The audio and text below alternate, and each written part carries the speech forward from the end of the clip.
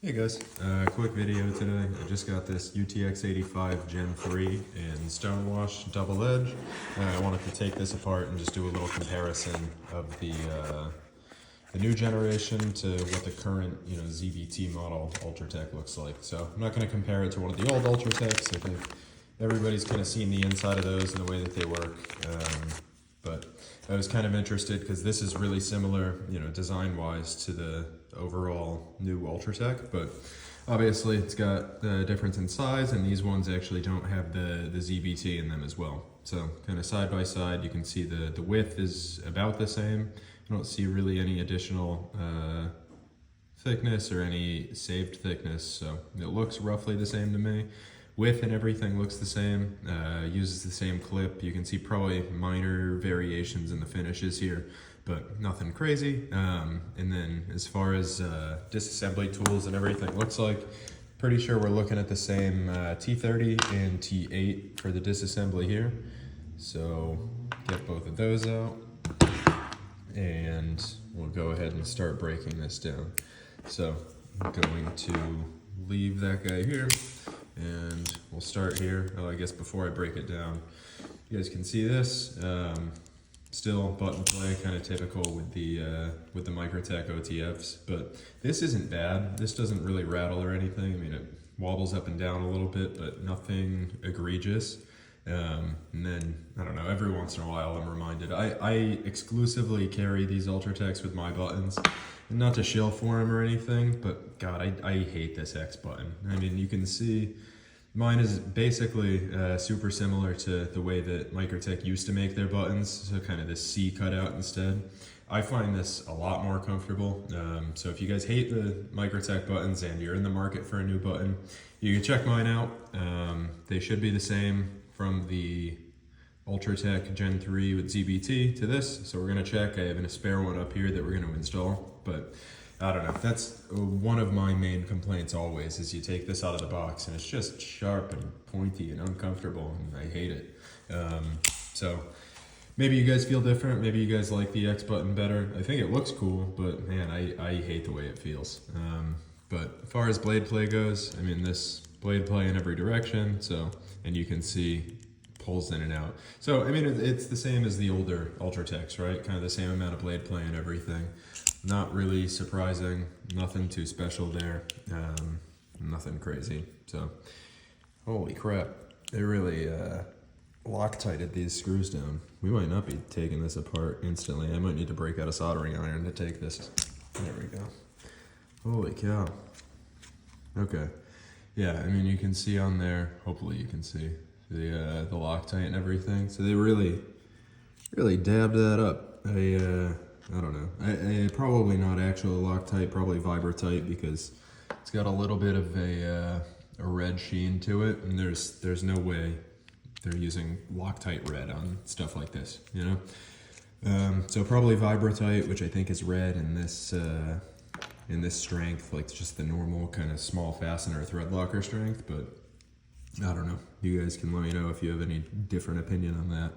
And you can see some of the remnants from here, but you know, this looks like the same glass breaker basically. So it's got the X, because this has the plain edge. I assume they'll kind of stick with the same precedent that they have with the ZBTs, where you get the X if you get a plain edge, and if you get a serrated edge, then you get kind of the rounded or domed one, whatever you'd like to call that. So yeah, so that's that. Looks like all the same hardware and everything, which from a manufacturing standpoint, design standpoint, is, in my opinion, a good move. I mean, the fewer parts that you have individual between knife to knife, the better and easier production is, right? So now they're not stopping production lines to, okay, well, now we're gonna run the Ultratech ZBP screws, or now we're gonna run this, or now we're gonna run that. So having everything common and everything the same is a good move. I know they didn't do that for a really long time. It was everything was unique and everything's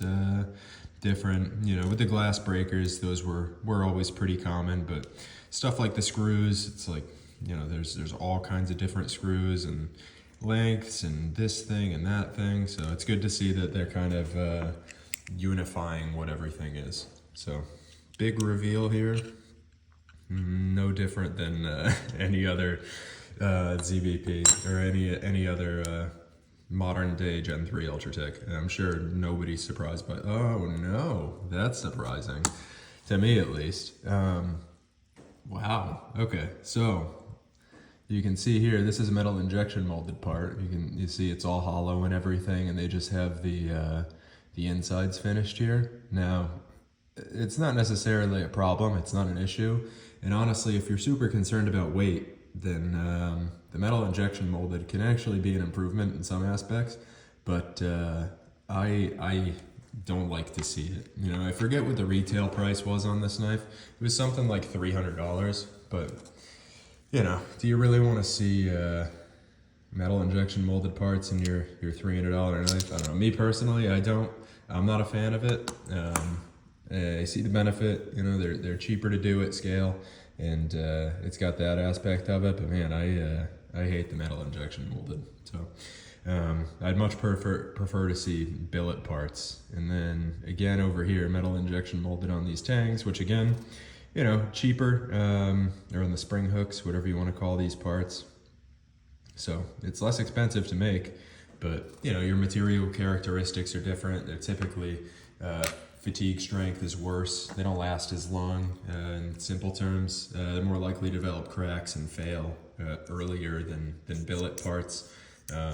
So, you know, a little disappointing in my opinion, but you know, what does it matter what I think? So that is different, and I'm curious about this. I don't have, well, I've got an old Ultratech blade out here. So the old Ultratech, now UTX-85, I believe, used the same stop pin size. You can see the bottom of this stop pin compared to this hole here, where it would go in the old Ultratech. That is a significant change. And now I'd like to take apart, if you bear with me, this EVP at least partially, because I am thinking that they originally designed this UTX-85 to have the ZVP, and with this Hawk lawsuit stuff, I'm thinking that they made the minimal changes that they could to take it out and kind of see where the lawsuit goes. Now, I don't know if they're going to change all their production lines and designs and everything just to avoid fallout from a potential lawsuit, but I don't know. Obviously, I'm not affiliated with Microtech, and I know nothing about the goings-on of that suit other than what's publicly available, but it's strange to me that you've got an entirely different stop pin and everything than previous models. And now that could be, I don't know, because I don't, maybe that's the same size as the Scarab 2 Gen 3. I'd have to take it apart and go look. I wonder if there's another knife that uses that same size stop pin. Excuse me, I'm just taking this apart off screen. But if you look at this guy here, it's not quite the same size, but it's a heck of a lot closer, you know? So I don't know, for me that's kind of interesting. I doubt that they're changing production lines just to avoid any fallout with the suit, but that's definitely a significantly wider stop pin track and stop pin itself. And then also, kind of interesting, you've got kind of an additional step here. Now I don't have my calipers out here, so I can't see exactly what the diameter change is there. And hopefully that's coming through on camera okay. But you can see you've got the top hat, and then you've got this tapered section, and then you have one little, you know, step down. So the way that that's working inside the knife is, if I can actually get it to sit in there, you can see that little itty bitty section stepping out, and you can see there's a little, I mean, it's not a gap, but you can see where the diameter necks down over here. So kind of interesting. I don't know if they've used a step stop pin or a double stepped stop pin. I don't know what you want to call this shape, but I don't know if I've seen that from Microtech before, and I'm not super familiar with other brands' OTFs, so maybe that's a typical thing, maybe it's not, but for me, interesting either way. My thought on that, if it's not related to the ZBP or ZBT controversy thing, more surface area is always better, right? So something that's always happened on the Microtechs and most OTFs in general, I would say, is you have the forward momentum or inertia of the blade, right? So what happens is you got this guy, you fling it out, I knock the camera, but once this comes out, you're stretching this kind of spring, right? But this spring isn't quite, all right, I got a call. So I think I was talking about how the spring here isn't really strong enough to stop that blade in time, right? That would be pretty difficult thing to do because you need the spring to re-engage. It's got to the blade needs to lock forward and the spring needs to have enough force to be locked in that forward position, and then you can have it hooked over, and then you can pull back on it and re-engage the mechanism and pull the knife back in the other direction. So if you wanted it to have just enough play to get beyond this locking gate, look at what we're dealing with here as far as play in this direction.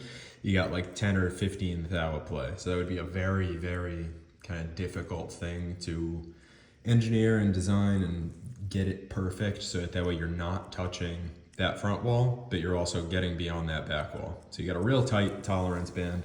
What I'm getting at here is you always have this stop pin impact either the top plate here, so it's either slamming up top, depending on the way the design is, or it's slamming into the bottom kind of end of that track. So I'll show that again just so that we can talk to it.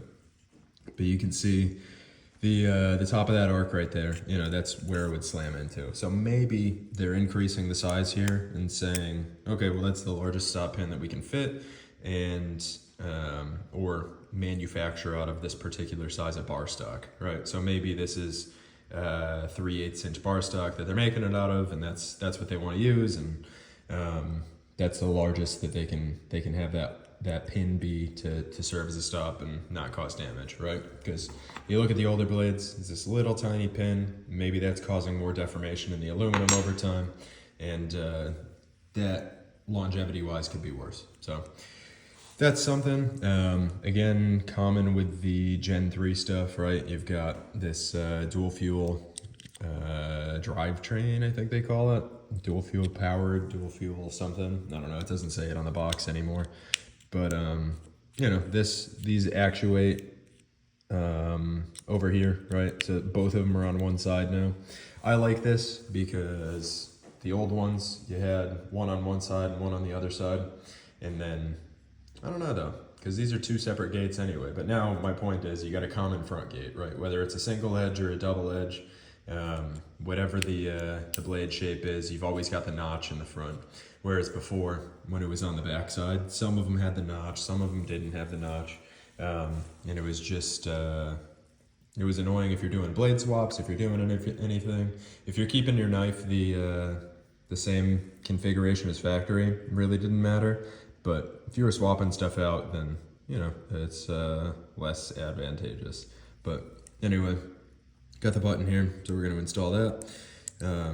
Actually, I'm going to have to shoot a separate video, so I guess I won't. But you can see everything lines up, and I will put this here just to verify that it works and does the thing. Oh, you got to hook this over. I have the blade in a locked out position, and I'm not thinking about what I'm doing. So you need to disengage that and get it in the free floating position, which I had not done. So you got to do that first, or else you're not going to be able to make this this function with my button or otherwise.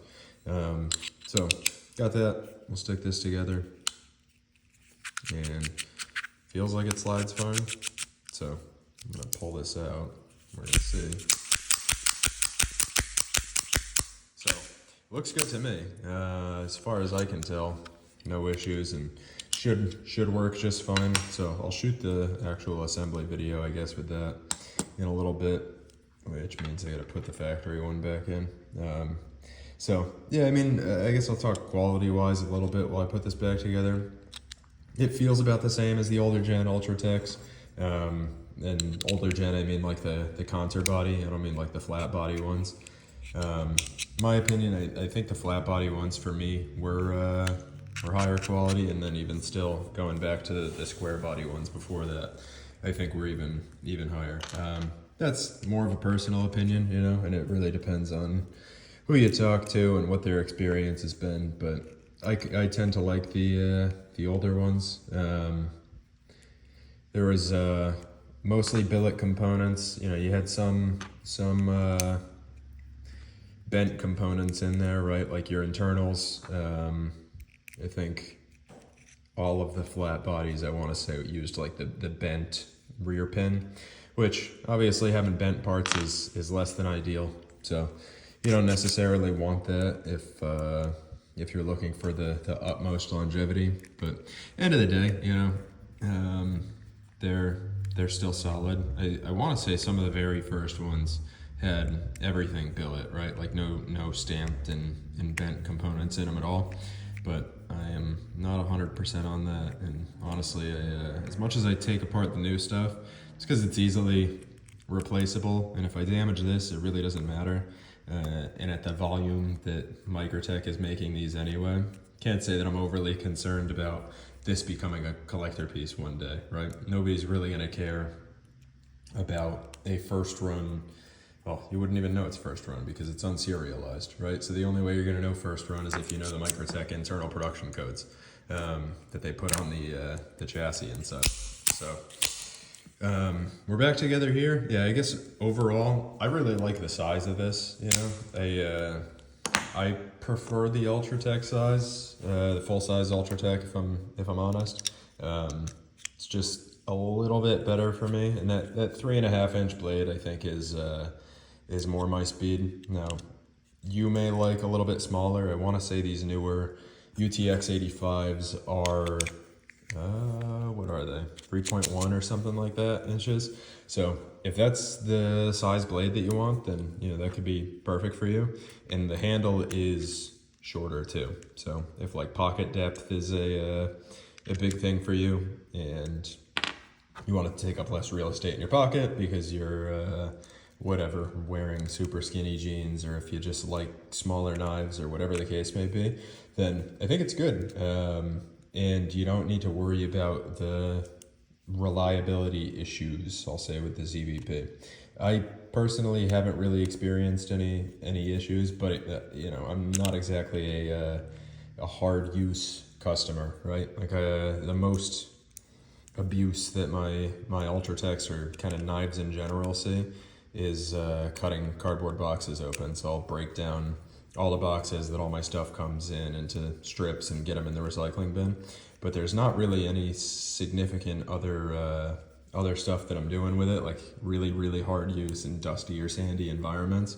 So for me, the ZVP's been good. You know, I tune them whenever I get them, and I haven't been experiencing the detuning like some people have, but that could just be a personal thing.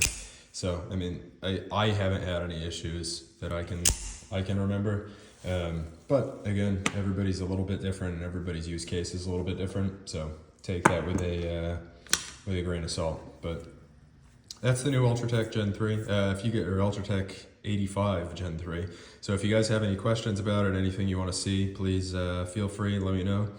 But otherwise, I mean, it's just a shrunken Ultratech like you'd expect, and it doesn't have the ZVP. So I'd say if you like the Ultratech design and you're looking for a little bit smaller and you don't want to pay the premium for the ZVP, or you don't want to deal with the potential reliability issues where if you get dust and grime and sand in the ZVP, then this could be a good option for you. And again, I mean, this is a nice size, right? You can see it in my hand here.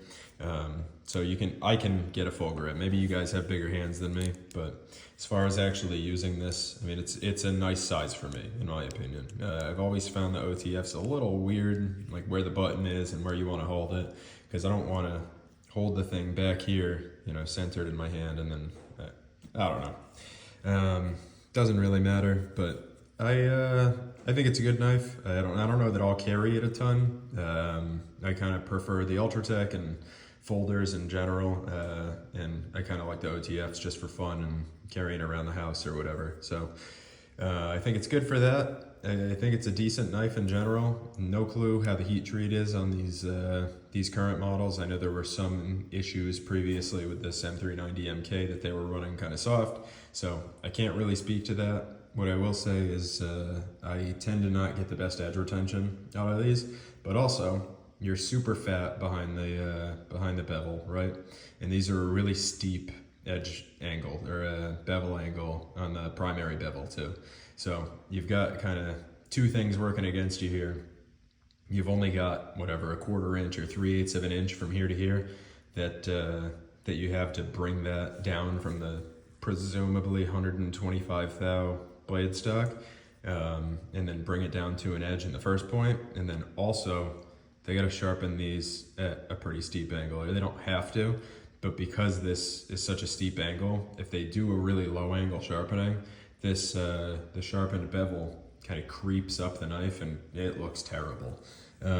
So I don't know if you ever see anybody resharpen a Microtech and they're trying to get it down to 17 degrees or 18 degrees or something like that instead of the whatever 23 or 25 that it comes from the factory at, you'll see how wide those bevels get, and it's ugly. There's no ifs, ands, or buts about it. So you get that really thick behind the edge bevel. It just tends to not look the best. So it's something to think about if you're going to be sharpening your knife and using your knife a lot, and you'd like it to keep an edge longer. The